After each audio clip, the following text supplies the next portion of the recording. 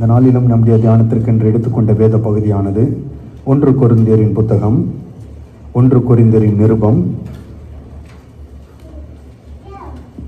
11வது அதிகாரம். 1 கொரிந்தியர் 11வது அதிகாரம் 27 முதல் 30வது வசனத்தை வரை வாசிக்கும். இப்படி இருக்க,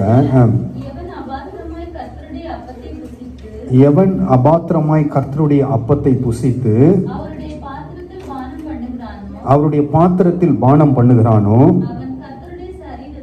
அவன் கர்த்தருடைய சரீரத்தையும் இரத்தத்தையும் குறித்து குற்றம் உள்ளவனாய் இருப்பான். எந்த மனுஷனும் தன்னைத்தானே சோதித்து அறிந்து இந்த அப்பத்தில் புசித்து இந்த பாத்திரத்தில் பானம் பண்ண கடவன். எண்ணத்தினாலெனில் அபாத்திரமாய் போஜன பானம் பண்ணுகிறவன் கர்த்தருடைய சரீரம் இன்னதென்று நிதானித்து அறியாததினால் தனக்கு ஆக்கினை தீர்ப்பு வரும்படி போஜன பானம் பண்ணுகிறான். இது நிமித்தம் உங்களில் அநேகர் பலவீனரும் வியாதி உள்ளவர்களுமாய் இருக்கிறார்கள், அநேகர் நித்திரையும் அடைந்திருக்கிறார்கள். அல்லேலூயா. ஆண்டவராகிய இயேசு கிறிஸ்துவின் நாமத்தினால் கர்த்தர் கொடுத்த இந்த வார்த்தைக்காய், இந்த பகுதிக்காய் நான் கர்த்தரை ஸ்தோத்தரிக்கிறேன். நாம் எல்லோரும் அறிந்து கொள்ள வேண்டிய ஒரு சத்தியம் இது.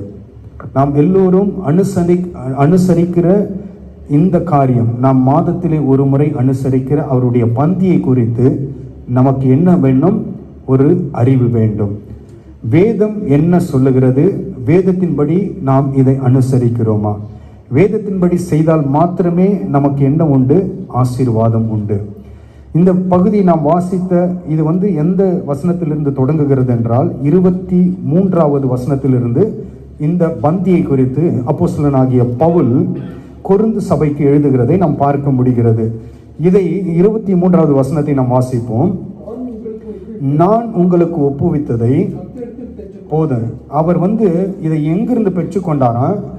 யாரும் ஒரு தேவன் மனிதன் சொன்னதல்ல, பரத்திலிருந்து நேராக அவருக்கு கொடுக்கப்பட்ட ஒரு காரியம் இது. எது?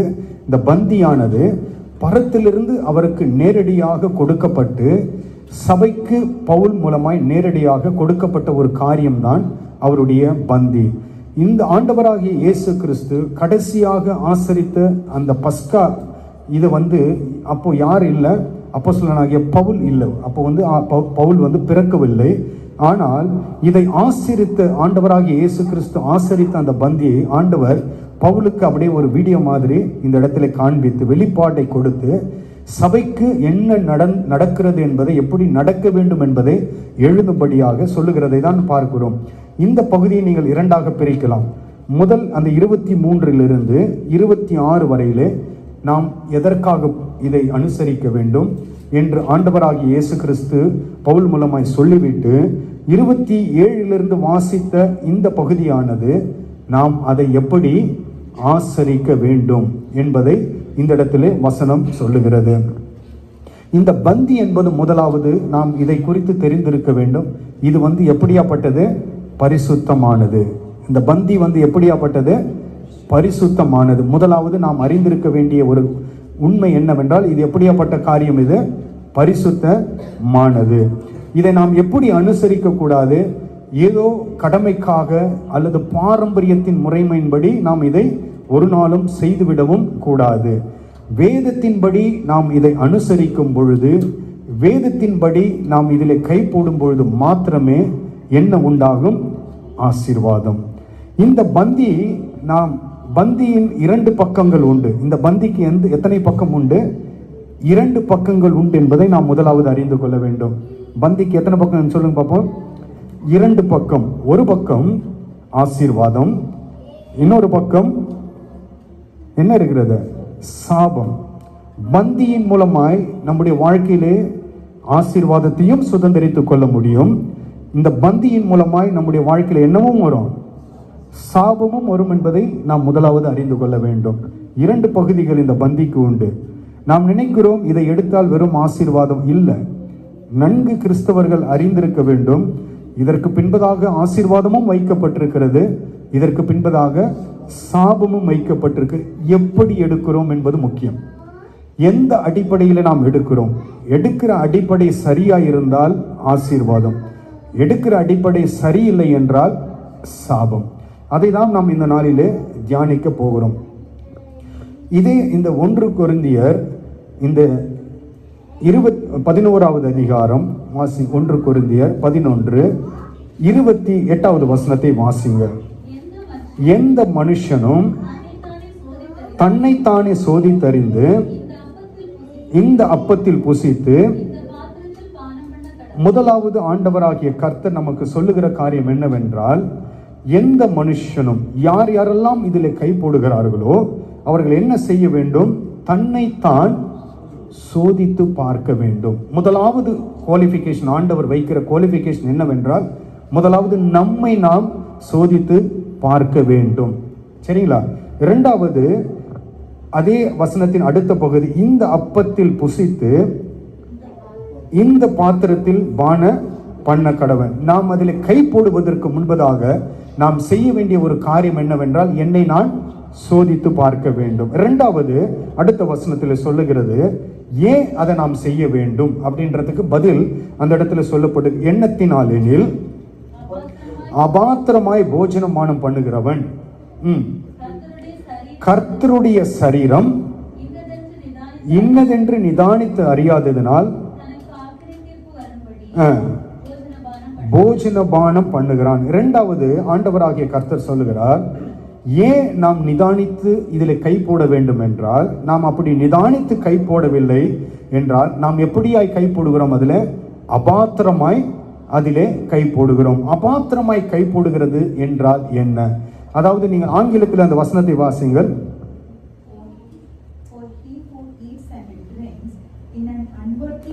என்ன சொல்லுகிறது? எந்த விதத்தில் எடுக்கிறோமோ அதை அன்வர்த்தி அப்படின்னா என்னன்னா, தகாத விதத்தில் யார் இதில் கை போடுகிறார்களோ, போதும் போதும், தகாத விதத்தில் யார் இதில் பங்கு கொள்ளுகிறார்களோ அவர்களுக்கு என்ன உண்டாகிறதா? அவர்களுக்கு ஆக்கினை தீர்ப்பு ஆண்டவர் வைத்திருக்கிறார். இதனுடைய ரிசல்ட் இப்போ நாம் பார்த்தீங்கன்னா, நம்ம கிருபையின் காலத்தில் வாழுகிறோம். ஒரு சில நேரத்தில் ரிசல்ட் உடனே வராதுங்க. ஆண்டவர் கிருபையாய் காத்து கொண்டிருப்பார். ஆனால் இதனுடைய ரிசல்ட் அப்படி கிடையாது, இமிடியேட். இதனுடைய ரிசல்ட் எப்படின்னு கேட்டீங்கன்னா, ஒருவன் அபாத்திரமாய் போஜனம் பானம் பண்ணினால் இதற்கு ஆண்டவர் காத்திருக்க மாட்டார், ரிசல்ட் இமிடியேட்டா கிடைக்கும். என்ன அப்படின்னா, எண்ணத்தினால் எனில் அபாத்திரமாய் போஜனம் பானம் பண்ணுகிறவன் கர்த்தருடைய சரீரம், அவன் ஏன் அப்படி போஜனம் பண்றான்? அவன் கர்த்தருடைய சரீரம் இன்னதென்று, அது எப்படியாப்பட்டது என்று அவன் என்ன செய்யவில்லை? அவன் நிதானிக்கவில்லை, அறியவில்லை. அதை குறித்து அவனுக்கு அறிவில்லாததினால் தனக்கு ஆக்கினை தீர்ப்பு வரும்படி. அப்ப பாருங்க, இந்த ஆக்கினை தீர்ப்பு நாமே வாங்கிக்கிறோம். இந்த ஆக்கினை தீர்ப்பு ஆண்டவர் என்ன செய்கிறார்? அந்த தீர்ப்பை நாம் கரத்தில் வைத்து விடுகிறார். இப்ப இந்த பந்தி எடுக்கும்போது ஆண்டவர் என்ன சொல்லுகிறார்? உங்களை நீங்கள் சோதித்து பார்த்து இதிலே பானம் பண்ண கடவீர்கள் என்று சொல்லுகிறார். அப்ப ஆண்டவர் நம்ம கையிலேயே அந்த நியாயம், அவர் செய்கிறதல்ல, நியாய தீர்ப்பை நம் கரத்தில் கொடுக்கிறார். நீங்கள் உங்களை சோதித்து பாருங்கள். ஆண்டவர் சோதித்தா நாம் தாங்க மாட்டோம், கரெக்டுங்களா? ஆண்டவர் நம்மை நியாயம் தீர்த்தால் நாம் நிற்க முடியாது அவருக்கு முன்பதாக. ஆதலால் ஆண்டவர் என்ன செய்கிறார்? அந்த சான்ஸ் நம்ம கையில கொடுக்கிறார். நீங்கள் என்ன பண்ணுங்க? உங்களை டெஸ்ட் பண்ணி பாருங்க. நீங்கள் வசனத்தின்படி உங்களுடைய வாழ்க்கை இருக்கிறதா? ஆவிக்குரிய வாழ்க்கையின்படி தான் நாம் வாழ்கிறோமா?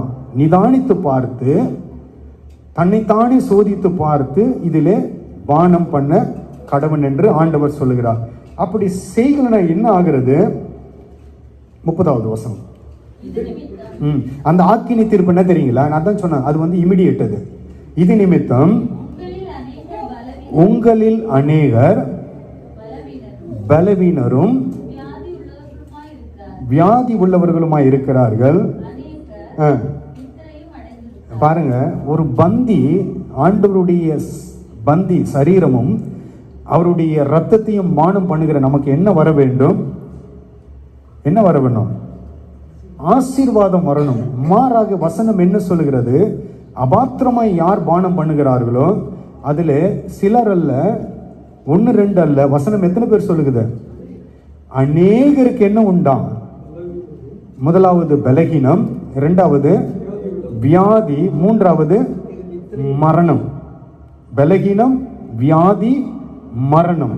நம்முடைய வாழ்க்கையில நம்ம சொல்றோம் பாத்தீங்களா, எனக்கு பலகீனம் அடிக்கடி வருது பிரதர், சொல்றோமா இல்லையா? அடிக்கடி எனக்கு என்ன வருது? பலகீனம். நம்ம என்ன சொல்லுவோம்? யாரை குறை சொல்லுவோம்? சத்ரு எனக்கு என்ன பண்ணிட்டான்? அவன் என்னதான் பண்ண இருப்பான்? ஆண்டவர் நம்ம அவனை விட்டு தூரத்தை வச்சிருக்கிறாரு. அவன் எங்கேயோ அவன் வேலையை பார்த்து கொண்டிருக்கிறான். ஆனால் நம்ம அவனை இங்கே இழுத்துன்னு வருவோம். எங்கே கொண்டு வருவான்? இது சத்ரு என் வாழ்க்கையில கொண்டு வந்த சத்ருவின் செயல் என்று நாம் சொல்லுவோம். ஆனால் நாம் கிறிஸ்தவர்களாகி நமக்கு வேதத்தின் வெளிச்சம் மிகவும் முக்கியம், வசனத்தின் வெளிச்சம் மிகவும் முக்கியம். இங்க பாருங்க, இந்த நியாய தீர்ப்பை ஆண்டவர் நம் கரத்தில் கொடுத்து விடுகிறார். நீ அபாத்திரம் போஜனமாய் பானம் பண்ணும் பொழுது என்ன உண்டாகிறது? உனக்கு நீயே பலகீனத்தை கொண்டு வருகிற, உனக்கு நீயே சரீரத்துல வியாதியை கொண்டு வருகிற, உனக்கு நீயே மரணத்தை கொண்டு வருகிற. இதற்கெல்லாம் காரணம் யாரு? பிசாசு கிடையாது, ஆண்டவரும் கிடையாது. காரணம் யாரு? நாம் தான். நாம் இதை அனுசரிக்கும் பொழுது இன்று பாருங்க, அநேகர் சொல்லுகிறார், என் வாழ்க்கையில பலகீனம் மாறுவதில்லை, என் வாழ்க்கையில தொடர்ந்து பலகீனம். ஏன்? கர்த்தர் சொன்னார்ல, என் தழும்புகளால் நீங்கள் சுகமானீர்கள். ஆயிட்டீங்க. ஏற்கனவே சிலுவையில எல்லாம் ஆண்டவர் மாற்றினார். என் தழும்புகளால் நீங்கள் என்ன ஆயிட்டீங்க? சுகம் ஆயிட்டீங்க. அப்புறம் எப்படி வியாதி தொடர்ந்து நம்மை பிடிக்கிறது? ஏன் பலகீனம் நம்மை தொடர்ந்து வாட்டுகிறது? காரணம் என்ன? நாம் அநேக முறை என்ன சொல்லுகிறோம்? நாம் அநேக முறை சாத்தான் மீது பழியை போட்டு விடுகிறோம். ஆனால் பழி அவன் அல்ல, பழி நாம் தான். காரணம் யார் அதற்கு? நாம் தான் காரணம். நாம் காரணமாயிருந்து அவனுக்காக நாம் போராடி அவனை எதிர்த்து நாம் போராடி கொண்டு இருக்கிறோம். ஒன்றை நாம் நன்கு அறிந்து கொள்ள வேண்டும். வசனம் சொல்லுகிறது, தகாத விதத்திலே நாம் இதை என்ன செய்யக்கூடாது? கை போடவே கூடாது. அப்ப தகாத விதம் என்று எதை சொல்லுகிறது வசனம்? அபாத்திர போஜன பானம். அப்ப என்ன நாம் செய்ய வேண்டும்? தகாத விதத்தில் நாம் எப்படி இதை அதாவது தகாத விதமாய் நாம் எப்படி எடுக்க முடியும்? இதை வசனம் என்ன சொல்லுகிறது? வசனம் நமக்கு என்ன கற்றுக் கொடுக்கிறது? அதை தான் நாம் என்ன செய்ய வேண்டும்? அதற்கு நாம் தெரிந்திருக்க வேண்டிய காரியம் என்னவென்றால், வசனம் நமக்கு தெரிந்திருக்க வேண்டும். வசனம் இதை குறித்து என்ன நமக்கு சொல்லுகிறது, கற்றுக் கொடுக்கிறது என்று நாம் அறிந்திருக்க வேண்டும். நாம் எடுக்கும் பொழுதெல்லாம், இன்று விடுங்க, இதற்கு முன்பதாக நீங்கள் எடுத்தீங்கல்ல, போன மாதம் வரை நாம் இதை அனுசரித்து வந்தோம். எத்தனை பேர் நான் வசனத்தின்படி தான் எடுத்தேன் என்று நீங்கள் சொல்ல முடியும்? எத்தனை பேர் உங்களுடைய வாழ்க்கையில வசனம் சொல்லுகிற பிரகாரம் நான் இதை கைப்பற்றேன், இதில் கை போட்டேன்? அநேகர் நாம் தெரியாமல் கை போடுகிறோம். சரிதானா? நமக்கு இதை குறித்தான அந்த அறிவு கிடையாது, வேதத்தின் வெளிச்சம் கிடையாது. ஏதோ இதை நாம் ஞானஸ்தானம் எடுத்து விட்டோம், சபையில கொடுக்கிறார்கள் என்று நாமும் என்ன பண்றோம்? கொடுக்கிறாங்கன்னு வாங்கிக்கிறோம். சபை ஏன் கொடுக்கிறது? ஆண்டவர் சொன்னார் என்று சபை செய்கிறது.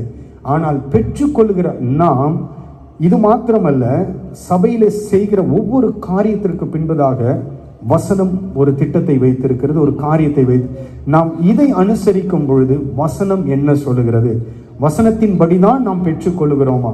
ஒருவேளை உங்களுக்கு இதை குறித்தான தெளிவு இல்லை என்றால், இன்று நான் உங்களுக்கு சொல்லுகிறேன், ஆண்டவர் ஒரு தெளிவை கொடுப்பார். ஒருவேளை நீங்கள் அறியாமல் கை போட்டிருக்கலாம், தெரியாமல் கை போட்டிருக்க, ஆனால் இனி இப்படி செய்வீர்களானால் கர்த்தர் ஆக்கினி தீர்ப்பை கொண்டு வருவார் உங்களுடைய வாழ்க்கையில. அறியாமல் செய்கிற தவற்றை ஆண்டவர் மன்னித்து விடுகிற ஆண்டவர். ஏன் ஆண்டவர் இந்த நாளிலே இந்த வசனத்தை கொடுத்தார்னு எனக்கு தெரியல. நான் நேற்று வரையில வேற ஒரு செய்தியை ஆயத்த பண்ணி வைத்து விட்டிருந்தேன். ஆனால் கர்த்தர் நேற்று மாலையிலே எனக்கு இதை கொடுத்தார். இதை பேசும்படியா சொன்னார். ஆண்டவர் உங்களை நேசிக்கிறபடினால், உங்களை சரி செய்யும்படியா ஆண்டவர் உங்கள் வாழ்க்கையில எந்த ஒரு பலகீனமும் இது நிமித்தம் வந்துவிடக்கூடாது, ஆசீர்வாதம் மாத்திரமே வர வேண்டும் என்பதற்காகவே ஆண்டவர் இதை கொடுத்தார் என்று நான் விசுவாசிக்கிறேன், நம்புகிறேன். நாம் ஒன்றை நன்கு, நாம் முதலிலே சொன்னது போல, இந்த பந்தியானது எப்படிப்பட்டது? பரிசுத்தமானது. அதை நாம் முதலாவது அறிந்து கொள்ள வேண்டும். அடுத்ததாக, இந்த பந்திக்கு நாம் வரும் பொழுதெல்லாம் பல சபைகளில் பல விதத்தில் கொடுப்பது உண்டு.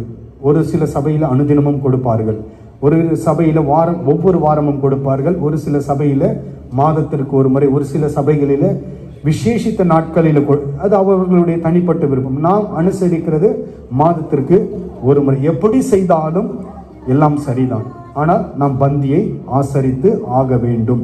ஆண்டவருடைய வசனத்தின் பிரகாரம் நாம் இந்த பந்தி ஆசரிக்க வரும் பொழுது நாம் முதலாவது பார்க்க வேண்டிய காரியம், என்னுடைய வாழ்க்கை, இதில் கை போடுகிற என்னுடைய வாழ்க்கை வசனத்தின்படி இருக்கிறதா என்று முதலாவது நாம் பார்க்க வேண்டும். எப்படி இருக்க வேண்டும்? வசனத்தின்படி என்னுடைய ஆவிக்குரிய வாழ்க்கை இருக்கிறதா? இல்லை நான் என் உலக பிரகாரமாய் நான் வாழ்ந்து விட்டு ஏதோ ஒரு நாள் ஆண்டவருடைய பந்தியில நான் கை போடுவேன் என்றால் அதற்கு பேர் தானே தெரியுங்களா? பாத்திர போஜனம் பண்ணுதல். 6 நாள் நான் என் இஷ்டம் போல வாழுவேன், ஒரு நாள் ஆண்டவருடைய சமூகத்திலே நான் இதை எடுப்பேன் என்றால் நிச்சயமா என்ன வரும்? நமக்கு நியாயம் தீர்ப்பு, பலகீனம் வரும், வியாதி வரும். உச்சகட்டம் என்னன்னு கேட்டீங்கன்னா மரணம். இது நிமித்தம் யாரு? ஒரு சிலர் மரிக்கவில்லை, அநேகர் மரித்து போயிருக்கிறார்கள். அநேகர் மரித்தது அவங்களுக்கு தெரியல. அப்போ அநேகர் மரித்து போயிருக்கிறார்கள். எதனால அவங்க மரித்தாங்கன்னு அவங்களுக்கு இன்று வரையிலும் தெரியல. ஆனால் அவர்கள் மரித்தது இந்த பந்தி நிமித்தம். வசனம் தானே சொல்லுதுங்களா? அநேகருக்கு வியாதி, அநேகருக்கு பலகீனம், அநேகருக்கு நாம் சொல்றோம், ஆண்டவரே நான் ரட்சிக்கப்பட்ட ஆண்டவரே, உம்முடைய பிள்ளை, எனக்கா இந்த இது, எனக்கா இந்த வியாதி, எனக்கா இந்த பலகீனம், ஏன் ஆண்டவரே? நாம் கேட்கறோம்ல, ஆண்டவரை பார்த்து சொல்றோம், ஏன் ஆண்டவரே உம்முடைய பிள்ளையாச்சு, எனக்கு ஏன் இந்த பலகீனம்? உனக்கு தான். இது நான் கொடுத்ததில்ல, நீயாவே வாங்கி கொண்டது. கர்த்தர் கொடுத்ததில்ல, நீயாகவே தேடி வாங்கி கொண்டது.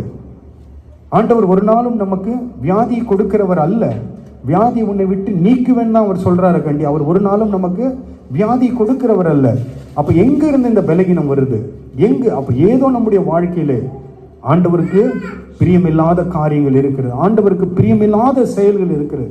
அதை மாற்ற நாம் முயற்சி செய்ய வேண்டும். அதை நாம் மாற்றும் பொழுது ஆண்டவர் மாற்றுவார். அல்லேலூயா. இந்த பந்தி என்ன தெரியல, நமக்குள் இருக்கிறதை எடுத்து வெளில போடணும். நமக்குள் இருக்கிற பலகீனங்களை இது மாற்றணும், நமக்குள் இருக்கிற வியாதியை இது மாற்றணும். ஆனா இது நிமித்தம் நமக்குள்ள உள்ள வரக்கூடாது. என்ன? வியாதி வரக்கூடாது, பலகீனம் உள்ள நமக்கு வரவே கூடாது. நம்ம இதை எடுப்பதற்கு முன்பதாக என்னுடைய ஆவிக்குரிய வாழ்க்கையிலே நாம் வசனம் சொல்லுகிற பிரகாரம் தான் என்னுடைய வாழ்க்கை இருக்கிறதா, இதை நாம் முதலாவது அறிந்திருக்க வேண்டும். வாசிப்போம் ஒரு வசனத்தை. ஆண்டவராகிய இயேசு கிறிஸ்து, இந்த சரீரமும் அப்பமும் யாருடையது? இது எதற்கு அடையாளமாக சொல்லப்பட்டது? இயேசு கிறிஸ்துவனுடைய சரீரமும் அவருடைய இரத்தத்தையும் நாம் கரத்தில் வாங்குகிறோம். அவருடைய சரீரத்தையும் இரத்தத்தையும் நம்முடைய கரத்தில் வாங்குகிறோம். ஆண்டவராகிய கர்த்தர் பாருங்க, இதை நமக்கு கொடுத்திருக்கிறார். அவர் எதை நம்மிடத்துல எதிர்பார்க்கிறார்? நீங்கள் உலகத்திலே பார்க்கும் பொழுது பூமியில பிறந்த மனிதர்களிலே பரிசுத்தம் என்று சொல்வார்கள் என்றால் யாரை மாத்திரம் தான் சொல்ல முடியும்? இயேசுவை மாத்திரம் தான் சொல்ல முடியும். பூமியில பிறந்த மனிதர்களாகிய பிறந்தவர்களிலே யார் ஒருவர் மாத்திரம் பரிசுத்தர் என்றால் ஆண்டவராகிய இயேசு கிறிஸ்து மாத்திரம் தான் பரிசுத்தம். சரிங்களா? அவர் என்ன சொல்லுகிறார் என்றால், இந்த இயேசு கிறிஸ்து நம்மை பார்த்து சொல்லுகிறார், என்னை யாராகிலும், அதாவது ஆண்டவராகிய இயேசு கிறிஸ்துவை யாராகிலும் குற்றப்படுத்த முடியுங்களா? நாம் பரிசுத்தர் இல்லை என்று யாரும் அவர் சவால் விடுகிறார். அது யோவான் 8வது அதிகாரத்தில், யோவான் 8:46 நாம் வாசிக்கிறோம். யோவான் 8:40, என்னிடத்தில் பாவம் உண்டென்று போதும். அதாவது ஆண்டவர் சொல்கிறார், உங்களில் யார் என்னை குற்றப்படுத்த முடியும்? நாம் யாராவது ஆண்டவரை பார்த்து குற்றப்படுத்த முடியுமா? ஏன்னா அவர் பரிசுத்தத்திலே அவர் ஒருவர் மாத்திரமே பூரணர், அவர் ஒருவர் மாத்திரமே பூரணர். இப்ப நம்ம அந்த இடத்துல வைப்போம், நம்மை குற்றப்படுத்த முடியுங்களா? குற்றப்படுத்த முடியும், குற்றப்படுத்த முடியும். கரெக்டுங்களா? குற்றப்படுத்த முடியும். சரிங்களா? அப்ப சரியாது. ஆண்டவர் சொல்றாரு, அவரை உட்கொள்ளுகிற நாம், அவர் என்ன சொல்லுகிறார்? அவர் சவால் சொல்றாரு, சவால் விடுகிறார் நம்மை பார்த்து. உங்களில் யாருன்னா ஒருத்தர் என்னை பார்த்து குற்றப்படுத்து, நான் பரிசுத்தம் இல்லை என்று சொல்ல முடியுமான்னு கேட்கிறார். ஆனால் நாம் என்ன சொல்றோம்? நம்மை குற்றப்படுத்த முடியும், ஆனால் ஆண்டவரை குற்றப்படுத்த முடியாது என்று. ஆனால் அது சரியா? அப்படி நாம் செய்கிறது சரியா? நல்லா நாம் புரிஞ்சு கொள்ள வேண்டும். ஆண்டவர் நம்மை ரட்சிக்கிறார் பார்த்தீங்களா? ரட்சிப்பின் நோக்கத்தை நாம் அறிந்து கொள்ள வேண்டும். ஆண்டவராகிய இயேசு கிறிஸ்து நம்மை ரட்சிக்கும் பொழுது நமக்கு ஒரு எல்லையை வைக்கிறார். நம்முடைய ஆவிக்குரிய வாழ்க்கைக்கு ஒரு எல்லையை ஆண்டவர் தீர்மானிக்கிறார். என்ன தீர்மானிக்கிறார்? அந்த ஆவிக்குரிய வாழ்க்கையின் எல்லை எதின் அடிப்படையில் அவர் தீர்மானிக்கிறார் என்றால் அவரோடு வைத்து தீர்மானிக்கிறார். எப்படி தீர்மானிக்கிறார்? அவரோடு வைத்து பார்க்கிறார். இதுவரையில் நம்ம உலகத்தில் இருந்தோம், இப்பொழுது அவருடைய பிள்ளைகளாய் மாறிவிட்டோம். அவருடைய பிள்ளைகளாய் மாறின நம்மை ஆண்டவர் ஒரு எல்லையை வைக்கிறார். ஆவிக்குரிய அனுதின வாழ்க்கையில் நாம் இப்படிதான் இருக்க வேண்டும். அது எதின் அடிப்படையில் வைக்கிறார் என்றால் அவரோடு ஒப்பிட்டு வைக்கிறார். எப்படி? அதை வாசிங்க. ரோமர் 8வது அதிகாரம் 29வது வசனத்தை வாசிங்க. நாம் எப்படி இருக்க வேண்டும், வாழ வேண்டும் என்று ரோமர் 8:29 அவர் சொல்லுகிறார். அவருடைய குமாரன் அநேக சகோதரருக்குள்ளே முதற் பேரானவராய் இருக்கும் பொருட்டு தேவன் எவர்களை முன் அறிந்தாரோ அவர்கள் தம்முடைய குமாரனுடைய சாயலுக்கு பாருங்க. இப்ப நம்மை ஆண்டவராக இயேசு கிறிஸ்து முன்குறித்தார். எதற்காக முன்குறித்தாரா? யாருடைய சாயல்? இயேசு கிறிஸ்துவனுடைய சாயலுக்கு ஒப்பாய் இருக்கும்படியாக, அவருக்கு நிகராய் இருக்கும்படியாக யாரை தெரிந்தெடுத்தாரா? ஆண்டவர் நம்மை தெரிந்தெடுத்தார். சரிங்களா? இப்ப நான் சொன்னேன், ஆண்டவராக இயேசு கிறிஸ்து முதல்ல என்ன சொன்னாரு? என்னை ஒருவர் குற்றப்படுத்த முடியுமா? இப்போ ஆண்டவர் நம்மை எதற்காக தெரிந்தெடுத்தாரா? அவரை போல இருக்கும்படியாக, அவரை போல வாழும்படியாக தெரிந்தெடுத்தார்.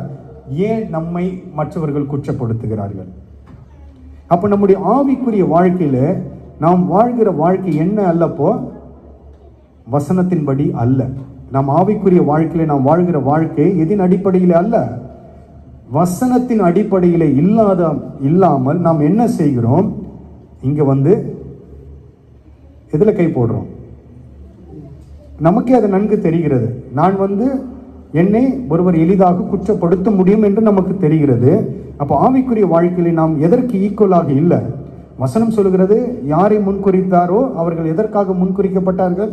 குமாரனுடைய சாயலுக்கு ஒப்பாய் இருக்கும்படி, ஈக்குவலாய் இருக்கும்படியாக முன்குறிக்கப்பட்டோம். ஆனால் நாம் என்ன செய்யல? அதை இதுவரையிலும் அதற்கு நாம் ஒரு பிரயாசமும் எடுக்கல. இதுவரையிலும் நாம் அதற்காக ஒரு பிரயாசமும் எடுக்கல. ஆனால் என்ன செய்கிறோம்? ஒவ்வொரு வாரமும் நாம் என்ன செய்கிறோம்? இதில் கை போடுகிறோம். ஆக்கினி தீர்ப்பு வருமா? வராதா? நிச்சயமாய் வரும். ஒன்றை நாம் அறிந்து கொள்ள வேண்டும். பலகீனங்கள் எல்லாருடைய வாழ்க்கையிலும் இருக்கும். அப்போஸ்தலனாகிய பவுலுடைய வாழ்க்கையில இருந்தது. பலகீனம் எல்லாருடைய வாழ்க்கையிலும் இருக்கும். ஆனால் இது நிமித்தம் வருது பாருங்க, இந்த பலகீனம். இதுக்கு என்ன கிடையாது தெரியுங்களா? No medicine. இது நிமித்தம் வர்றதுக்கு என்னது? மருந்து கிடையாது. நாம் நினைக்கலாம் வியாதி தானே, அங்கே போனால் மருந்து வாங்கி சாப்பிடும். ஒரு சில இதுவுக்கு இன்று வரை டயக்னாசிஸை கண்டுபிடிக்க முடியல தெரியுங்களா? ஒரு சில வியாதிக்கு நீங்கள் இதை கேட்டிருப்பீங்க. அநேக முறை மருத்துவர்கள்ட்ட போவோம், செக் பண்ணுவாங்க, பிரதர் எல்லாம் நார்மலாக தான் இருக்குது, ஒன்றுமே இல்லை. உங்களுக்கு என்ன சொல்லுவாங்க? எல்லாம் நார்மல் தான், எல்லா டெஸ்ட்டும் பண்ணி பார்த்தோம், எல்லாமே நார்மல். அப்போ என்ன இருக்குது உங்களுக்குள்ள? அப்போ ஏதோ சம்திங் இருக்குதுல்ல, ஏன் கண்டுபிடிக்க முடியவில்லை? அதை இது நிமித்தம் வந்தது. இது நிமித்தம் வரும்போது என்ன கண்டுபிடிக்க முடியாது. அந்த பலகீனம் எங்கிருந்து வந்தது என்று அவருக்கு மாத்திரமே தெரியும். அல்லேலூயா. சாதாரணமாய் வருகிறதற்கும் இது நிமித்தம் வருகிறதற்கும் வித்தியாசம் உண்டு. அநேக முறை நான் கேட்டிருக்கிறேன்ல, ஒரு சிலர் போறாங்க, மற்றவங்க சொல்கிறதை கேட்டிருக்கிறோம். எல்லாம் செக் பண்ணி பார்த்தேன், ஒண்ணுமே இல்லை, எல்லாம் நார்மல்னு தான் சொல்றாங்க. ஆனால் என்னதான் இருக்குது எனக்குள்ள? காரணம் துணிகரமாய் நாம் செய்த காரியங்கள். ஆண்டவருடைய சமூகத்தில் துணிகரமாய் நடந்த செயலுடைய பலன், அது நடந்த பலன்தான் நாம். ஒன்று, ஆண்டவர் நமக்கென்று ஒரு நாளை நியமித்திருக்கிறார். ஒவ்வொருவருக்கும் ஆண்டவர் பிறக்கும் பொழுது இறப்பதற்கான ஒரு நாளை நியமித்திருக்கிறார். சரிங்களா? அது எல்லாருக்கும் தெரியும் அது. ஆனால் நாம் வசனத்தின்படி வாழவில்லை. இது என்ன தெரியுங்களா பண்ணும்? அந்த நாளை குறைத்து விடும். உங்களுடைய ஆவிக்குரிய வாழ்க்கையின் நாளை இது குறைத்து விடும். ஆண்டவர் உங்களுக்கு 70 நாள், வசனம் என்ன சொல்லுகிறது? எத்தனை நாள் மேக்சிமம்? 70 அல்லது 80. 70 ஷுவர், பலத்தின் மிகுதியால் 80. எத்தனை? பலத்தின் மிகுதியால் 80. 80க்கு அப்புறம் கிரேஸ், அது ஆண்டவர் போடுற பிச்சை அது, சரிங்களா? பட் இந்த 70 ரீச் ஆகணும் அப்படின்னா வசனத்தின்படி வாழணும். ரீச் ஆகலை அப்படின்னா என்ன அப்படின்னு அர்த்தம்னா, எங்கேயோ நம்முடைய வாழ்க்கையில் சரி செய்ய வேண்டியது இன்னும் உண்டு. துணிகரமாய் வாழ்ந்துவிட்டு, நான் மனம் போன போக்கில் இருந்துவிட்டு தேவனுடைய சமூகத்தில் வந்து இதை நாம் அசட்டை செய்வோம் என்றால் உடனே நியாயம் திருப்பு. என்ன தெரியுங்களா? பலகீனம், வியாதி. ஃபர்ஸ்ட் பலகீனம் வரும். ஃபர்ஸ்ட் என்ன வரும்? ஸ்டார்டிங்கில் இது ஸ்டேஜ் வச்சிருக்கிறார் ஆண்டவர். ஃபர்ஸ்ட் பலகீனம், அப்படியே இது போச்சுன்னா அடுத்ததுன்னா வருது, அது அப்படியே டபுளாக மாறும். அது எப்படி? வியாதியாக மாறும். முன்னும் துணிகரமாக செய்வோமா, எண்டு. அடுத்தது என்ன? ஃபினிஷ். இதுக்கு மேலே வச்சு ஒரு பிரயோஜனமும் இல்லை, எடுத்து போட்டு மூடிடுவோன்னு ஆண்டவர் என்ன பண்ணுகிறார்? முடித்து விடுகிறார். ஆனால் ஆண்டவருடைய விருப்பம் அது அல்ல. இன்று சபை, கிறிஸ்துவ சபை கற்றுக் கொடுப்பதில் மிகவும் பின்தங்கி இருக்கிறது. விசுவாசிகளுக்கு சொல்லிக் கொடுக்கலாம். அவங்களுக்கு எப்படி தெரியுங்க? இன்னைக்கு என்ன சொல்லிக் கொடுக்கிறார்கள்? கர்த்தர் உன்னை ஆசீர்வதிப்பார். இருக்கிறத வச்சுனே நம்மளால நிம்மதியாக இருக்க முடியல. இன்னும் ஆசீர்வாதத்தை வாங்கி என்ன பண்ண போறோம்? அதெல்லாம் நம்மளை பரலோகத்திற்கு கொண்டு போக போகிறது. உங்களை பரலோகத்திற்கு கொண்டு போகிற வழியை சபை சொல்லிக் கொடுக்க வேண்டும். எதை சரி செய்ய வேண்டுமோ அதை சரி செய்ய வேண்டும். அதுதான் சபை. கற்றுக் கொடுக்க வேண்டியதுதான் சபை. ஆனால் இன்று சபை அதை செய்ய தவறி போனதினால்தான் கிறிஸ்துவம் கீழே போய் கொண்டிருக்கிறது. ஏன்? இன்னைக்கு பாருங்க, இது உலக ஜனத்திற்கு பேசப்பட்டதல்ல, சபைக்குள்ளே இருக்கிறவர்களுக்கு பேசப்பட்ட வார்த்தை இது. சபைக்குள்ளே இருக்கிற நமக்கு ஆண்டவர் சொல்லுகிறார், உன் வியாதியை உன்னை விட்டு நீக்குவேன் சொன்ன ஆண்டவர், வாக்கு கொடுத்த ஆண்டவர். இன்னொரு பக்கம் பாருங்க, இதையும் ஆண்டவர் வைத்திருக்கிறார். இதை சபை சொல்லிக் கொடுக்கலனா என்ன? ஜனங்கள் அவர்களுக்கு தெரிந்த விதத்தில் அவர்கள் கை போடுவார்கள், தெரிந்த விதத்தில் அவர்கள் பந்தியில பங்கு கொள்வார்கள். ஆனால் நாள் ஒன்று வரும்போது ஆண்டவர் உங்களுக்கு சொல்லிக் கொடுக்கும் பொழுது அதை விட்டு நீங்கள் என்ன செய்ய வேண்டும்? உங்கள் ஆவிக்குரிய வாழ்க்கையை மாற்றி ஆக வேண்டும். மாற்றுகிறதும் மாற்றாததும் உங்கள் கரத்தில், கேட்கிறதும் கேட்காததும் உங்கள் கரத்தில். இந்த பந்தி என்று வரும்பொழுது நாம் வாசித்தோம், ரோமர் 8:29 வாசித்தோம். ஆண்டவர் என்ன சொன்னாரு? யாரை முன்குறித்தாரோ தேவ சாயலுக்கு ஒப்பாய் இருக்கும்படியாய் முன்குறித்தார் என்று சொன்ன ஆண்டவர், பந்தி என்று வரும்போது நான் சொன்னேன், இந்த பந்தி எப்படியாப்பட்டது? பரிசுத்தம் உள்ளது. ஏன் பந்தி என்று வரும்போது ஆண்டவர் பரிசுத்தத்தை குறித்து பேசுகிறார்? பந்தி என்று வரும்போது ஆண்டவர் ஏன் பரிசுத்தத்தை குறித்து பேசுகிறார்? வாசிங்கள். 1 பேதுரு 1வது அதிகாரம் 14 முதல் 16 வரை உள்ள வசனங்களை வாசிப்போம். நீங்கள் முன்னே அறியாமையினால் கொண்டிருந்த இச்சைகளின் பணி இனி நடவாமல் கீழ்ப்படுகிற பிள்ளைகளாயிருந்து உங்களை அழைத்தவர் பரிசுத்தராய் இருக்கிறது போல நீங்களும் உங்கள் நடக்கைகள் எல்லாவற்றிலும் பரிசுத்தராய் இருங்கள். நான் பரிசுத்தர், ஆகையால் நீங்களும் பரிசுத்தராய் இருங்கள் என்று எழுதியிருக்கிறது. ஆண்டவராகிய இயேசு கிறிஸ்து பந்தி என்று வரும்பொழுது என்ன அவர் எதிர்பார்க்கிறார்? பரிசுத்தத்தை எதிர்பார்க்க. ஏன் அப்படின்னா அவருடைய சரீரத்தை நாம் எடுக்கிறோம். இதை நீங்க எப்படி பார்க்க கூடாது தெரியுங்களா? ஏதோ ஒரு ரொட்டி துண்டாக, ஒரு திராட்சை ரசமாக பார்க்க கூடாது. இது வெளியில இருக்கும்பொழுது அப்படி, எங்க சபை விட்டு வெளியில இருக்கும் பொழுது இது திராட்சை ரசமும் ரொட்டி துண்டு. ஆனால் சபைக்குள்ளே வரும் பொழுது இது பரிசுத்தப்படுத்தி ஜெபித்து பிரதிஷ்டை பண்ணும் பொழுது இது எப்படியாக மாறுகிறது? இது அவருடைய சரீரமாகவும் அவருடைய இரத்தமாகவும். இதை நாம் கையில எடுக்கும் பொழுது வசனம் ஏன் ஆண்டவர் பரிசுத்தத்தை இந்த இடத்துல எதிர்பார்க்கிறார் என்றால், அவருடைய சரீரத்தை உட்கொள்ளுகிற நாம் அவர் எப்படியாப்பட்டவர், அதை அப்படியே நாமும் இருக்க வேண்டும் என்று அவர் எதிர்பார்க்கிறார். அல்லேலூயா. அதனால பந்தி என்று வரும்பொழுது அவர் எதிர்பார்க்கிற முதல் காரியம் பரிசுத்தம். நீங்க பாருங்க, இந்த 14வது வசனத்திலே வாசித்தோம், நீங்கள் முன்னே உங்கள் அறியாமையினாலே கொண்டிருந்த இச்சைகளின்படி இனி நடவாமல். முன்பு நாம் எப்படி இருந்தோம்? நம்முடைய ஆவிக்குரிய வாழ்க்கைக்கு வருவதற்கு முன்பதாக நாம் எப்படி வாழ்ந்து கொண்டிருந்தோம்? இச்சைகளின் பிள்ளைகளாய் வாழ்ந்து கொண்டோம். அப்ப ஏன் அறியாமல் இருந்தோம்? வசனம் அறியாமையில நாம் என்ன செய்தோம்? இச்சைகளாய் வாழ்ந்து கொண்டோம். ஆனால் ஆண்டவருடைய வசனம் சொல்லுகிறது, இனி நீங்கள் அப்படி நடக்கக்கூடாது. இனி அந்த இச்சைகள் உங்களுடைய வாழ்க்கையில வரக்கூடாது.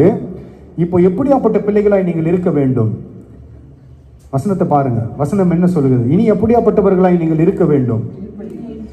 கீழ்ப்படுகிற பிள்ளை. முதலாவது ஆண்டவர் நம்மிடத்துல எதிர்பார்க்கிற தகுதி என்ன தெரியுங்களா?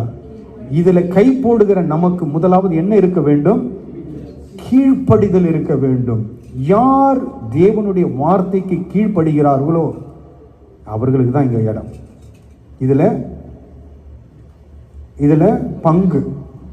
யார் தேவனுடைய வார்த்தைக்கு கீழ்ப்படியவில்லையோ, இல்லை நான் சபை என்னன்னா சொல்லட்டும், ஆண்டவர் என்னன்னா பேசட்டும், எனக்கு கவலை இல்லை, நான் முன்குறித்த என்னுடைய எல்லையின்படிதான் நான் வாழ்வேன் என்றால் உங்களுக்கும் ஆண்டவருக்கும் சொல்ல வேண்டியது சபையினுடைய வேலை சொல்லும். கேட்கிறதும் கேட்காததும் உங்களுடைய விருப்பம். ஆனால் வசனம் சொல்லுகிறது நாம் எப்படி இருக்க வேண்டும்? முதலாவது நமக்கு இருக்க வேண்டிய தகுதி என்னவென்றால் கீழ்ப்படிதல். அப்படியே நம்மளை வச்சு கொஞ்சம் கொஸ்டின் கேட்டு பாருங்க.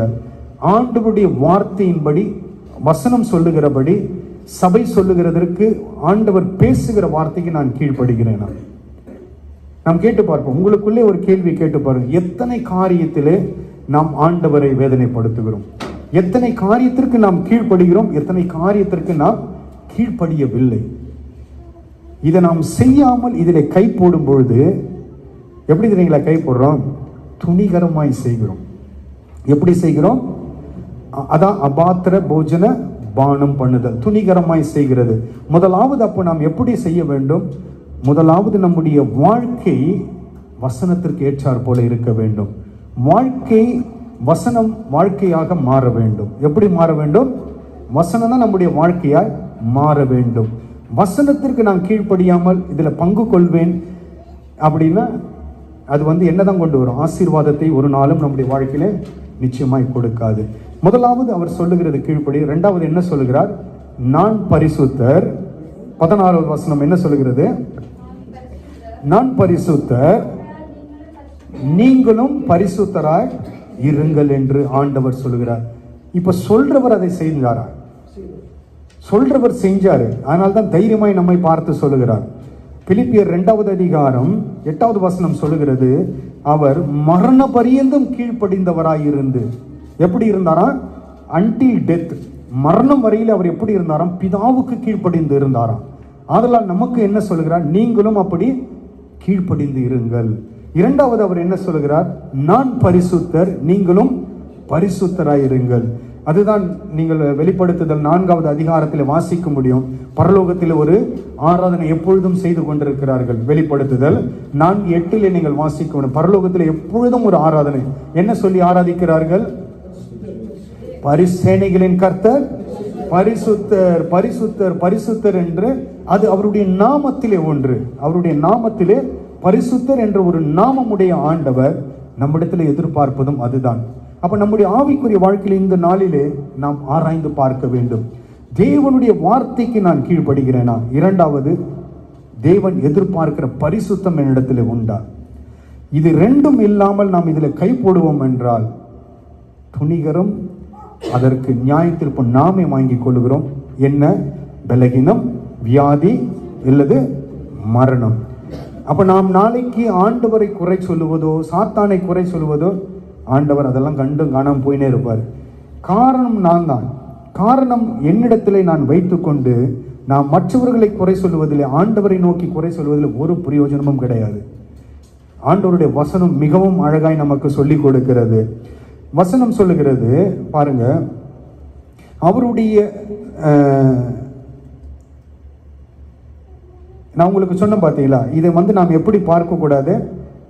ரொட்டியாகவும் ரசமாகவும் நாம் இதை பார்க்க கூடாது. ஏன் அப்படி நாம் பார்க்க கூடாதுன்னா, இது எப்படியாய் நாம் பார்க்க வேண்டும்? அவருடைய சரீரம், அவருடைய சரீரமாக நாம் இதை பார்க்க வேண்டும். வாசிப்போம் ஒரு வசனம். யோவான் எழுதின சுவிசேஷம் முதல் அதிகாரம்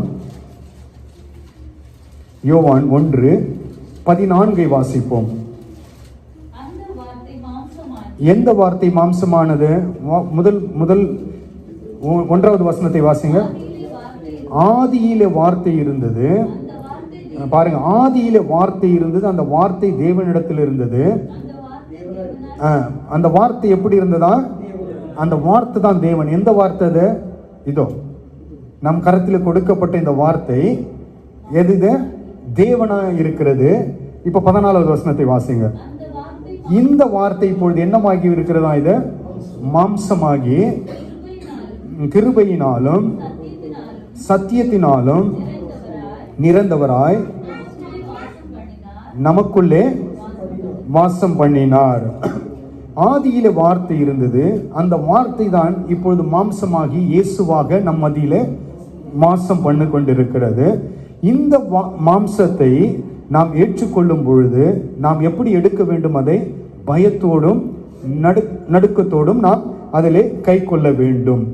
நான் உங்களுக்கு ஏற்கனவே சொன்னேன், இதற்கு 2 பக்கங்கள் உண்டு. ஒன்று ஆசீர்வாதம், அது பாசிட்டிவ் சைட்.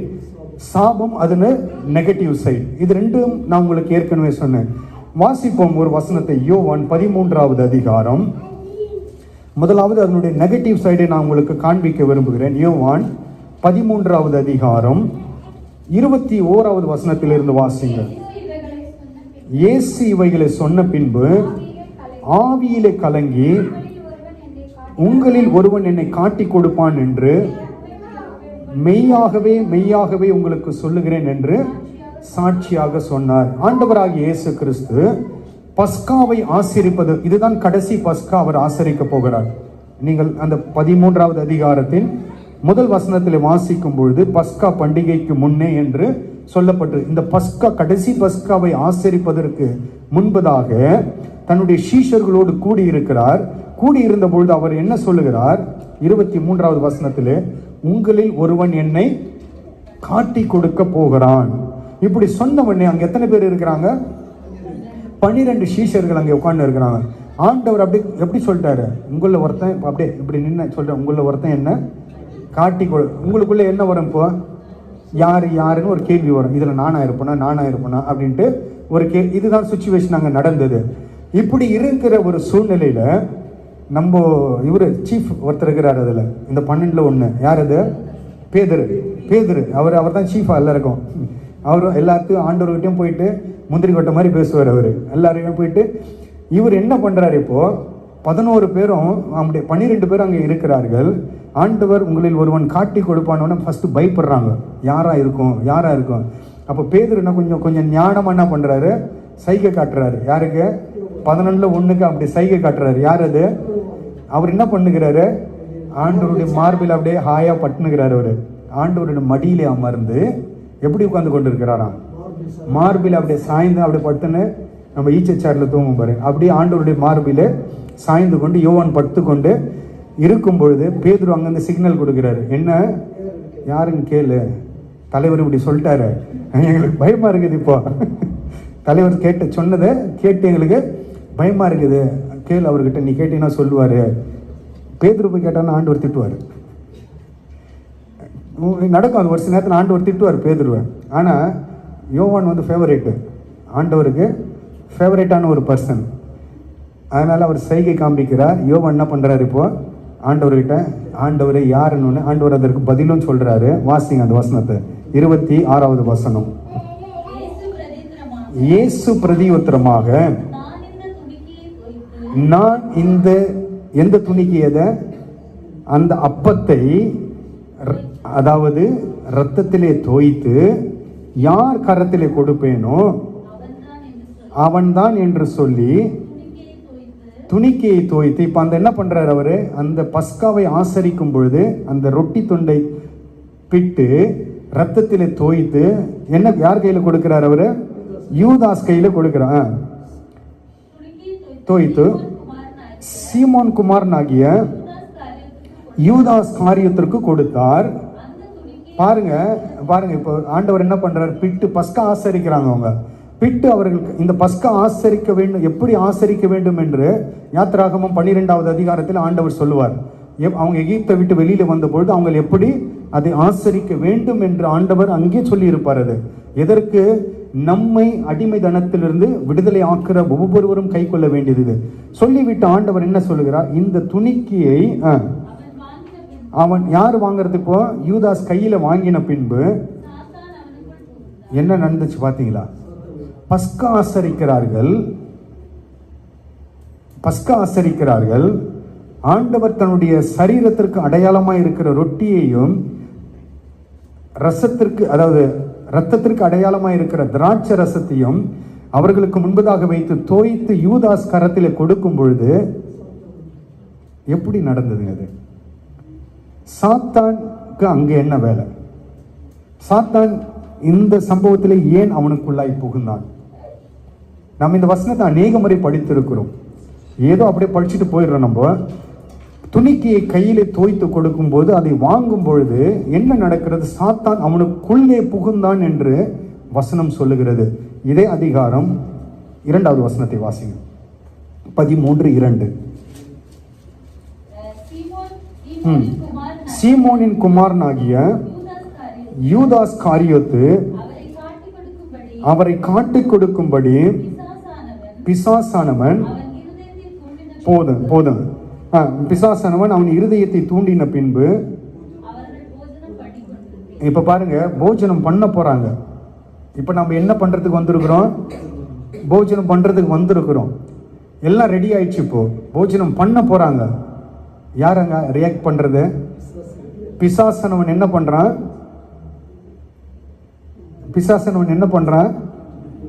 ரியாக்ட் பண்றான். பிசாசானவன் என்ன செய்கிறான்? அவன் இருதயத்தை தூண்டுகிறான். எத்தனை பேர் இருந்தாங்க அங்க? 12 சீஷர்கள் இருக்கிறார்கள். ஒருத்தனுடைய இருதயத்தை யார் தூண்டுறது? இப்போ பிசாசு தூண்டுறான். ஏன் 11 பேரை தொடாதவன் ஒருத்தனை மாத்திரம் தொடுகிறான்? அவன் இடம் கொடுத்தான். உங்களுடைய வாழ்க்கையிலும் நான் சொல்லுகிறேன், இதை புசிக்க வந்திருக்கிற நீங்கள் ஆவிக்குரிய வாழ்க்கையிலே உங்கள் வாழ்க்கை இல்லை என்றால், வசனம் சொல்லுகிற பிரகாரம் உங்களுடைய வாழ்க்கை இல்லை என்றால், யாருக்கு இடம் கொடுக்கிறீங்கன்னு தெரியல? பிசாசுக்கு நாம் இடம் கொடுத்து உங்கள் இருதயத்தை அவன் தூண்டுகிறான். நாம் ஏன் ஆண்டவருடைய வார்த்தைக்கு நாம் கீழ்ப்படியாமல் போகிறோம் என்றால், காரணம் பிசாசுக்கு இடம் கொடுப்பது. அவன் நம் இருதயத்தை ஆக்கிரமிக்கும்படியாய் முதலாவது தூண்டுகிறான். நாம் இருதயத்தை திறக்கும் பொழுது அவன் உள்ளே வருகிறான். இங்கே போஜனம் பண்ணுவதற்கு முன்பதாக அவன் என்ன செய்தான் தெரியுங்களா? இயேசுவை காட்டி கொடுக்கும்படி யாரிடத்துல போனான்? பிரதான ஆசாரியர்களிடத்துல போய் அவன் ஆண்டவரை விலைக்கு பேசிவிட்டு வந்தவன். விலைக்கு பேசிவிட்டு, நான் அவரை காட்டி கொடுக்கிறேன், எனக்கு எவ்வளவு தருவீர்கள் என்று தீர்மானம் பண்ணிவிட்டு வந்து பந்தியில் அமர்கிறான். நாம் பந்திக்கு வருவதற்கு முன்பதாக, அதனால் ஆண்டவர் சொல்கிறான், உங்களை நீங்களே சோதித்து பாருங்கள். உலகத்திலே நீங்கள் எப்படி வாழ்கிறீர்கள்? உலகத்திலே நீங்கள் எப்படி வாழ்ந்துவிட்டு பந்தியில வந்து கை போடுகிறீர்கள்? யூதாஸ் பாருங்க, பந்தியில வந்து அமர்வதற்கு முன்பதாக உலகத்தை எல்லாம் சுத்தி விட்டு, செய்ய வேண்டிய பாவத்தை எல்லாம் ஆண்டவருக்கு விரோதமாய் செய்துவிட்டு பந்தியில வந்து கை போட்டான். அவனுடைய முடிவு என்ன ஆனது? நாண்டு கொண்டு செத்தான் என்று வசனம் சொல்லுகிறது. ஆண்டவர் அதற்காக அவனை அழைக்கவில்லை. யூதாசை ஆண்டவர் அதற்காக அழைக்கவில்லை. 12 அப்போஸ்தலர்களை தெரிந்தெடுத்த பொழுது அவர்களை கொண்டு உலகத்தை கலக்க வேண்டும் என்று ஆண்டவர் தெரிந்தெடுத்தார். ஆனால் செய்த துணிகரம், பஸ்கா எப்படி ஆசரிக்க வேண்டும் என்று அவனுக்கு தெரியும். ஆசரிக்க வேண்டிய முறைமையை சொல்லிக் கொடுத்தார். அறிந்தும் துணிகரமாய் போய் விலை பேசிவிட்டு வந்து பந்தியிலே கை போட்டான். வாசிங்க இப்போ அந்த 27வது வசனத்தை வாசிங்க. ஃபர்ஸ்ட் அவன் என்ன, சாத்தான் அவனை என்ன பண்ணான்? தூண்டி பார்த்தான், அவனுடைய இருதயத்தை தூண்டினான். வாசிங்க சிஸ்டர். 27 அந்த துணிக்கையை இப்போ அவன் வாங்குறான். அந்த துணிக்கையை வாங்கின பின்பு, இப்போ இதுவரைலாம் சாத்தான் எங்க இருந்தான்? வெளியில இருந்து அவனை தூண்டி கொண்டிருந்தான். துணிக்கையை கையில வாங்கின உடனே இப்போ எங்க போய்விட்டான்? அவனுக்குள் போய்விட்டான். அப்பொழுது இயேசு அவனை நோக்கி, நீ செய்கிறதை சீக்கிரமாய் செய் என்று ஆண்டவராகிய இயேசு கிறிஸ்து அவனை பார்த்து. ஏன் ஆண்டவருக்கு தெரியும் யார் உள்ள போயிட்டது? சாத்தான் உள்ள போயிட்டான். ஆண்டவர் தடுக்குன்னா தடுத்து இருக்கலாம், ஆண்டவர் அமைதலா இருந்தார். ஏன் அவனுக்கு தெரியும் இதை எப்படி ஆசரிக்க வேண்டும், எப்படி செய்ய வேண்டும் என்று அவன் அறிந்தும் அவன் என்ன செய்தான்? துணிகரமாய் செய்தபடியினால் ஆண்டவர் மௌனமாய் இருந்தார். அவனை என்ன சொன்னார்? இப்ப பாருங்க, அப்ப நாம் பந்தியை ஆசரிக்க வருவதற்கு முன்பதாக நாமும் யாரை போல வரக்கூடாது? யூதாசை போல நாம் உலக பிரகாரமாய் வாழ்ந்துவிட்டு நாம் இதில் கை போடுவோம் என்றால் நிச்சயமா என்ன நடக்கும்? நமக்குள்ளும் யார் வருவான்? சாத்தானியா வர நம்முடைய வாழ்க்கையில. யோவான் 10:10 என்ன சொல்லுகிறது? வாசிங்க, யோவான் 10:10 என்ன சொல்லுகிறது? சாத்தான் எதற்கோசரம் நம்முடைய வாழ்க்கையில வருகிறான்? திருடன் திருடவும் கொல்லவும். அவன் உங்களுக்குள்ள வந்தான்னு வச்சுங்களேன், உங்களை காலி பண்ணாம போக மாட்டான். அவன் உங்களை காலி செய்யாமல் போகும், உங்களை அழிக்கும்படியாகவே உங்களுக்குள்ளே. இவனுடைய யூதாஸ் வாழ்க்கையிலும் அதுதான் நடந்தது. ஆனால் ஆண்டவராகிய இயேசு கிறிஸ்து சொன்னார், நான் எதற்காக? அதே அதிகாரம், அந்த வசனத்தை தொடர்ந்து வாசிங்க.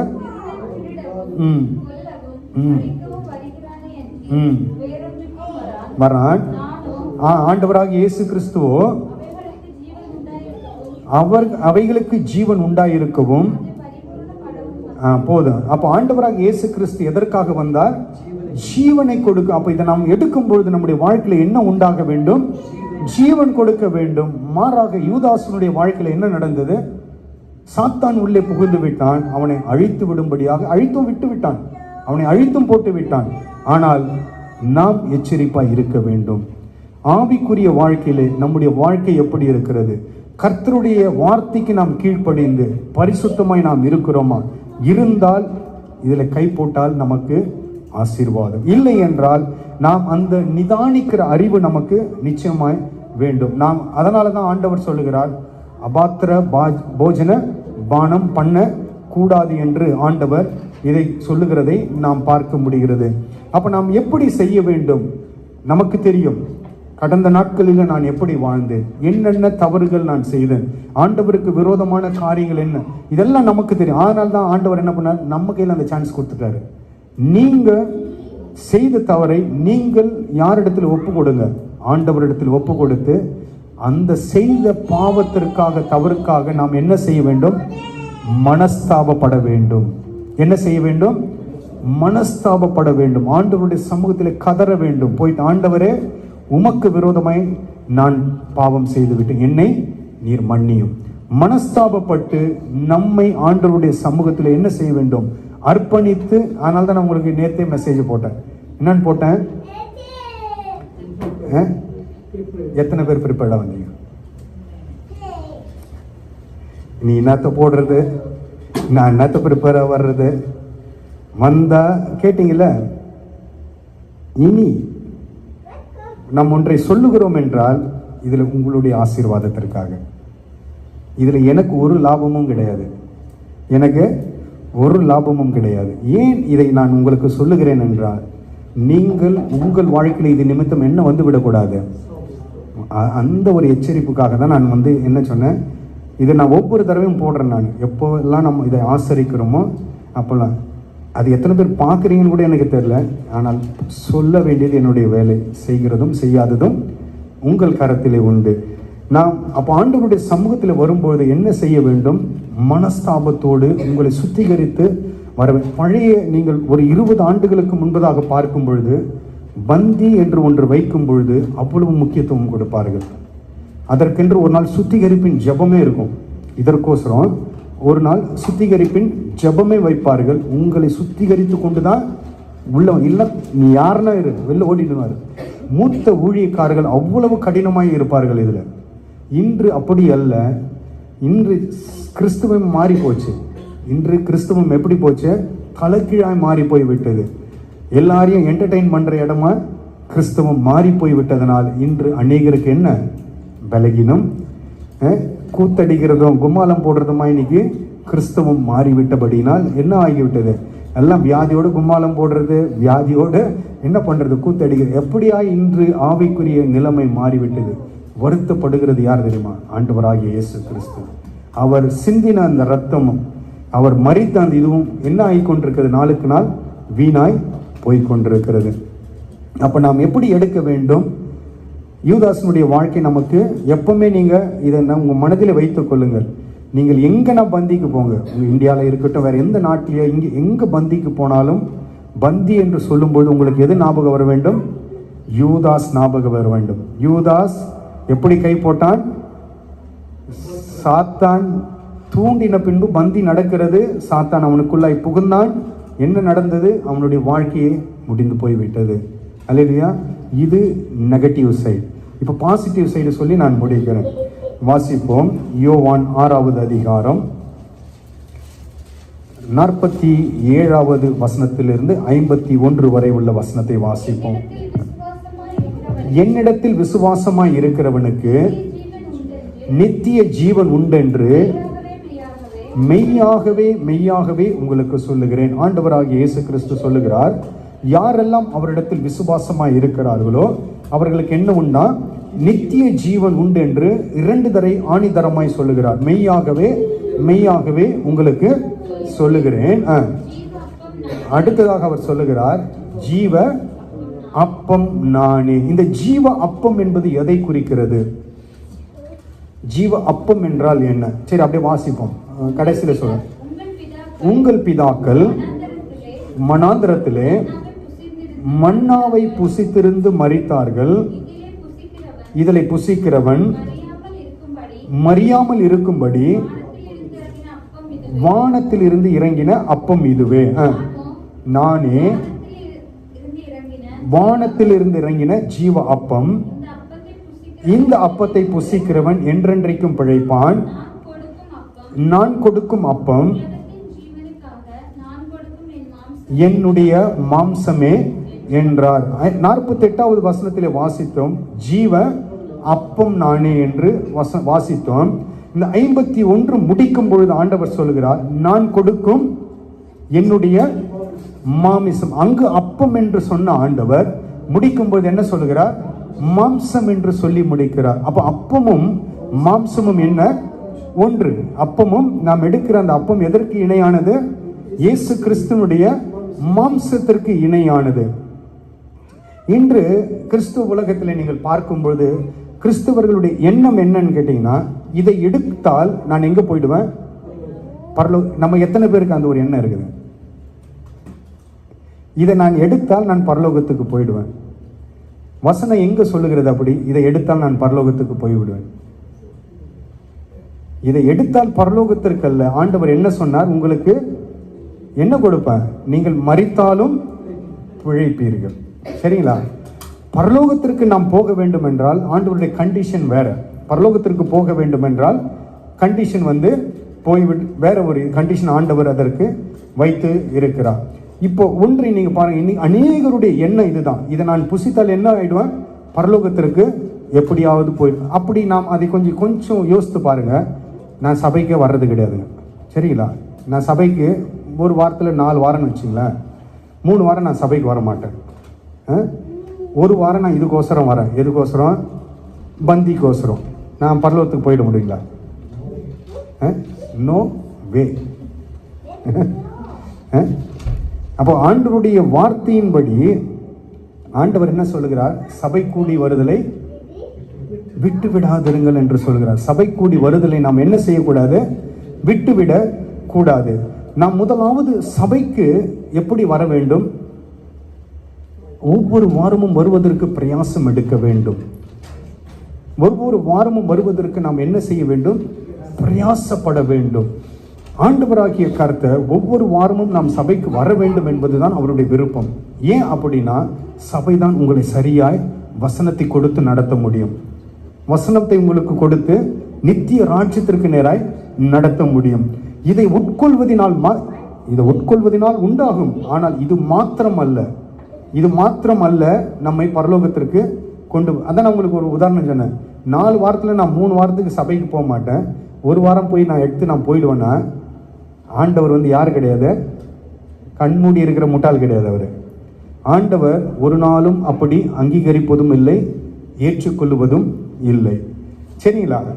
முதலாவது, நாம் யாருக்கு இந்த தகுதி உண்டு இதில் கலந்து கொள்வதற்கு? இதுக்கு ஒரு குவாலிஃபிகேஷன் ஆண்டவர் வைத்திருக்கிறார்.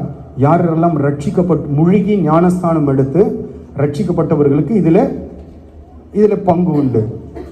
யாரெல்லாம் மூழ்கி ஞானஸ்தானம் எடுத்தார்களோ அவர்கள் இதிலே கலந்து கொள்ளலாம் என்ற ஒரு குவாலிஃபிகேஷன் ஆண்டவர் வைத்திருக்கிறார். சரிங்களா? ரட்சிக்கப்பட்டுட்டோம், நாம் எல்லாரும் இங்கே ரட்சிக்கப்பட்டு தான் இருக்கிறோம். கரெக்டுங்க? ரட்சிக்கப்பட்ட நாம் எதற்கு நமக்கு ரட்சிப்பு? எதற்கு நமக்கு ரட்சிப்பு வேணும்? எதற்கு ரட்சிப்பு நமக்கு? ஜோஷோ பிரதருக்கு தெரியாம ரட்சிக்கப்பட்ட எதற்கு நமக்கு ரட்சிப்பு? பரலோகத்திற்கு போகணும். சரிங்களா? நல்ல ஆசை. பரலோகத்திற்கு நாம் போக வேண்டும் என்றால் ஆண்டவர் நமக்கு ஒரு புதிய மார்க்கத்தை வைத்திருக்கிறார். எங்க ரட்சிக்கப்பட்டவர்கள்லாம் எங்க போகணும்? அடுத்தது அவருடைய விருப்பம், அவரோடு நாம் என்றென்றும் இருக்க வேண்டும் என்றுதான் ஆண்டவருடைய விருப்பம். ரட்சித்த ஆண்டவர், நம்மை விடுதலை ஆக்கின ஆண்டவர், நாம் அந்த ரட்சிப்பின்படி வாழ்கிறோமா? அடுத்த கேள்வி. சரி, பரலோகத்திற்கு போக வேண்டும் என்ற ஆசை எல்லாருக்கும் உண்டு, எல்லாரும் போக வேண்டும் தான். ஆனால் போக வேண்டும் என்றால் வசனம் என்ன சொல்கிறது? ஒருவன் பிதாவின் சித்தத்தின்படி செய்தால் மாத்திரம்தான் எங்க போக முடியும்? நாம் பிதாவின் சித்தத்தை செய்கிறோமா? அடுத்த கேள்வி, பிதாவின் சித்தம் என்ன தான் நம் கரத்தில் கொடுக்கப்பட்ட இந்த வார்த்தையின்படி நம்முடைய வாழ்க்கை இருக்கிறதா? வாழ்க்கை ஒரு புறம், வாழ்க்கை வேறு விதம். ஆனால் நாம் என்ன சொல்லுகிறோம்? ரட்சிக்கப்பட்டவர்கள் எதை எதிர்நோக்கி காத்து கொண்டிருக்கிறோம்? பரலோகத்தை எதிர்நோக்கி காத்து கொண்டிருக்கிறோம். ஒருவர் பரலோகத்திற்குள் போக வேண்டும் என்றால் இது மாத்திரம் அல்ல நமக்கு வழி. எது அல்ல வழி? இந்த மேஜை மாத்திரம் அல்ல, நம்முடைய வாழ்க்கையும் அதற்கு இணையாக இருக்க வேண்டும். அல்லேலூயா! நம்முடைய வாழ்க்கையும் எப்படி இருக்க வேண்டும்? அதற்கு இணையாய் இருக்க வேண்டும். அப்ப நாம் இந்த எண்ணம் உங்களுக்குள் இருக்கும் என்றால், இதை நான் பெற்றுக்கொண்டால் நான் பரலோகத்திற்கு போய்விடுவேன் என்றால், அதை இன்று நாம் நம்முடைய ஆவிக்குரிய வாழ்க்கையிலிருந்து சற்று மாற்றி வைப்போம். வசனத்தின்படி நாம் செய்ய வேண்டும். ஆராதனையை நீங்கள் ஒரு நாளும் என்ன செய்யக்கூடாது? எக்காரணத்தை கொண்டும் விட்டு விடாதீங்க. நான் ஒன்றை உங்களுக்கு சொல்லுகிறேன். நீங்கள் ஆராதனைக்கு மிஸ் பண்ணீங்கன்னா வச்சுங்களேன், ஆண்டவர் அதை எப்படி தெரியுங்களா பார்க்குறாரு? அதை நீங்கள் தெரிந்து கொள்ள வேண்டும். நீங்கள் ஆராதனையை மிஸ் பண்றீங்கன்னா, வசனம் சொல்லுகிறது வெளிப்படுத்தின விசேஷத்துல ஆண்டவர் வாசிக்கிறது, ஆண்டவர் 7 பொன்குத்து விளக்கின் மத்தியிலே உலாவுகிறார். அப்ப ஆண்டவர் எங்கு உலாவுகிறார்? சபையிலே உலாவுகிறார். நீங்கள் ஆராதனைக்கு வரவில்லை என்றால் யாரை நாம் அசட்டை செய்கிறோம்? சபையை அல்ல, கர்த்தரை நாம் அசட்டை செய்கிறோம். யாரை அசட்டை செய்கிறோம்? காரணங்கள் நாம் பல சொல்லுகிறோம். கர்த்தர் ஒரு நாளும் நம்முடைய காரணத்தை கேட்பதும் இல்லை, அவர் ஏற்றுக்கொள்வதும் கிடையாது. காரணம் நமக்கு தான் காரணம். ஆண்டவர் காரணத்தை ஒரு நாளும் கேட்டதில்லை. நம்மகிட்ட கேட்டார, ஏன் லேட்டாக வந்தோம், ஏன் சபைக்கு வரல? ஆண்டவர் காரணத்தை கேட்பதே கிடையாது, அதை ஏற்றுக்கொள்வதும் கிடையாது. நீங்கள் சபைக்கு வரலனா நீங்கள் அசட்டை செய்வது சபையை அல்ல, கர்த்தரை அசட்டை செய்கிறோம். நீங்கள் சபைக்கு சரியான நேரத்துக்கு வரவில்லைனா யாரை அசட்டை செய்கிறோம்? சபையை அல்ல, தேவனை அசட்டை செய்கிறோம். தேவனை நாம் கோபப்படுத்திவிட்டு, தேவனை துக்கப்படுத்திவிட்டு நாம் ஆராதனையில் வந்து அமர்ந்து என்ன ஆசீர்வாதத்தை நாம் எதிர்பார்க்கிறோம்? கர்த்தரிடத்தில் நாம் எதை எதிர்பார்க்கிறோம்? சொல்லுங்க பாப்போம். அப்ப நம்முடைய ஆவிக்குரிய வாழ்க்கை கர்த்தர் எதிர்பார்க்கிற விதத்தில் அல்ல, அது போல இல்லை. அப்ப நாம் எப்படி வாழ வேண்டும்? வசனத்தின்படி நாம் வாழ்க்கை இல்லை என்று நமக்கே நன்கு தெரிகிறது. ஆனால் நாம் எல்லாவற்றுக்கும் காரணத்தை சொல்லுகிறோம். காரணம் ஆண்டவர் ஒரு நாளும் ஏற்றுக்கொள்வதில்லை. நான் சொல்றேன் பாருங்க, நீங்கள் என்ன காரணத்தை சொல்லுங்க, ஆண்டவர் ஏற்றுக்கொள்ளவே மாட்டார். இன்று நான் சொல்றேன் பாருங்களேன், இன்று நாம் வேலைக்கு போறோம், சரிங்களா? லேட்டா முடிச்சாலும் நாளைக்கு நாம் வேலைக்கு போறோமா இல்லையா? இல்லை நான் லேட்டா முடிச்சுட்டு யாராவது வேலைக்கு போகாம இருக்கிறோமா? யாராவது வேலைக்கு போகாம இருக்கிறோமா? போறோம்ல. ஏன் போறோம்? ஏன் போகிறோம் சொல்ல காரணம் அங்கே சொல்லலாமே. அங்கே காரணம் சொன்னால் என்ன நடக்கும்? சீட்டை கழிச்சு வீட்டுக்கு அமைச்சிருவாங்க. உலக காரியத்திற்காக நாம் இவ்வளவு பிரயாசப்படுகிறோம், முக்கியத்துவம் கொடுக்கிறோம். கர்த்தரை நாம் அசட்டை செய்துவிட்டு ஆலயத்திற்கு போகிறோம், பந்தியில கலந்து கொள்கிறோம் என்றால் ஆவிக்குரிய வாழ்க்கை கேள்விக்குறி. அப்போ நாம் பலகீனமும் வியாதியும் வரும்போது யாரை குற்றப்படுத்துகிறோம்? ஆண்டவரே, ஏன் எனக்கு பலகீனம்? ஆண்டவரே, ஏன் எனக்கு மாத்திரம் நடக்கிறது? ஏன் என் குடும்பத்தில் மாத்திரம்? காரணம் நானும் நீங்களும் தான். இது ஆண்டவர் அல்ல இதுக்கு பொறுப்பு. செய்ய வேண்டிய சரியாய் செய்யவில்லை, கீழ்ப்படியாத நேரத்தில் சரியாய் கீழ்ப்படியவில்லை. அப்புறம் ஆண்டவரை குற்றப்படுத்தி என்ன பிரயோஜனம்? ஒன்றும் கிடையாது. ஆவிக்குரிய வாழ்க்கை எளிதல்ல, நாம் நினைக்கிற பிரகாரம் அல்ல, ஈஸி அல்ல அது. ஆண்டவர் சொன்னார், இடுக்கமான வாசலுக்குள் பிரவேசிக்க முயற்சிக்குங்கள், ட்ரை அது பண்ணுங்கன்னு சொல்றார் ஆண்டவர். விசாலமான ஒரு வழி உண்டு, அதில் அநேகர் போவார்கள். அது எங்க கொண்டு போய் விடும் தெரியுங்களா? அது கேட்டுக்கு போகிற வழி, அது நரகத்திலே கொண்டு போய் நம்மை தள்ளிவிடும். ஆனால் இடுக்கமான வாசல், கடினமான பாதை. ஆவிக்குரிய வாழ்க்கை நாம் நினைப்பது போல அல்ல. கிறிஸ்துவ வாழ்க்கை நாம் நினைக்கிற மாதிரி அல்ல. ஏதோ கர்த்தர் என்னை ஆசீர்வதிப்பார், சபைக்கு ஒன்று, அதெல்லாம் நாம் ஏமாந்து போய் இருக்கிறோம். ஒருவேளை நீங்கள் அப்படி உங்களுக்கு போதித்து இருந்தால் அது தவறான போதனை. வசனத்தின்படி நம்முடைய வாழ்க்கை இல்லை என்றால் ஒரு ஆசீர்வாதமும் நம்மை தொடராது. ஆசீர்வாதம் நிலைத்திருக்க வேண்டும் என்றால் எல்லா இடத்திலும் ஆண்டவர் கண்டிஷனோடு தான் ஆசீர்வாதத்தை பேசுவார். எங்குமே ஆண்டவர் இலவசமாய் பேசுவதே கிடையாது. சங்கீதத்தில் வாஸ்தம் அல்ல. என்ன சொன்னார்? யார் கை சுத்தம், யார் இருதயத்தில் சுத்தம், யார் மாசில, அவன் தான் யாரு, அவனுக்கு தான் ஆசீர்வாதம். அப்ப நம்முடைய ஆவிக்குரிய வாழ்க்கை எப்படி இருக்க வேண்டும்? ஆவிக்குரிய வாழ்க்கை எப்படி இருக்க வேண்டும்? இந்த வசனத்திலே சொல்லப்பட்டது, கர்த்தர் எதிர்பார்க்கிற அந்த வாழ்க்கையின்படி வாழ்ந்து இதில் கை போட்டால் மாத்திரமே. நாம் வாசித்தோம்ல, ஜீவ அப்பம் நானே. அந்த அப்பம் தான் யாரு?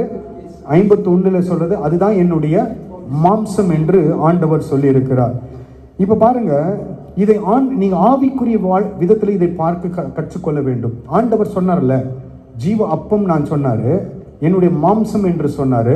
இதை நீங்கள் ஆவிக்குரிய கண்ணோட்டத்தில் பார்க்க வேண்டும். அப்பதான் என்ன என்பது உங்களுக்கு புரியும். ஏன் நம்ம இதை எடுத்தா பரலோகத்துக்கு போவோம் நினைச்சு கொண்டிருக்கோம் தெரியுங்களா?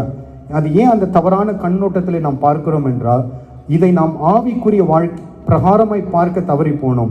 என்ன சொல்லுகிறது வாஸ்தவம்ல? 1 யோவான் 1வது அதிகாரம் 14வது வசனத்தை நாம் வாசித்தோம்ல. எந்த வார்த்தை? இந்த வசனம் என்னவாகி விட்டது? இப்போ மாம்சமாகி. இப்ப நான் வாசித்தோம்ல யோவான் 6ல் 51 கடைசி பகுதியில் என்ன சொன்னது? அது என் மாமிசம். அப்ப ஆண்டவர் எதை மறைமுகமாய் சொல்லுகிறார், எதை ஆவிக்குரிய விதமாய் சொல்லுகிறார் என்றால் இந்த வார்த்தை. அதாவது நீங்கள் அனுதினமும் இந்த வார்த்தையை நாம் புசிக்க வேண்டும். என்ன செய்ய வேண்டும்? அனுதினமும் இந்த வார்த்தையை நாம் என்ன செய்ய வேண்டும்?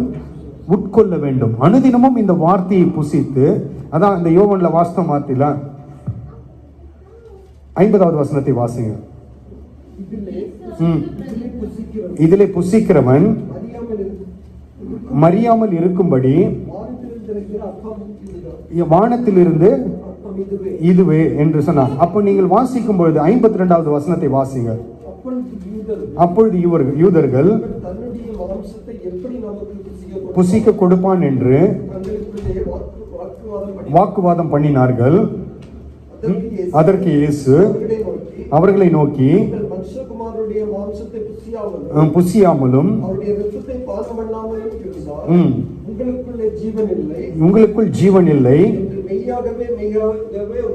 சொல்லுகிறேன். 56 வாசிங்க.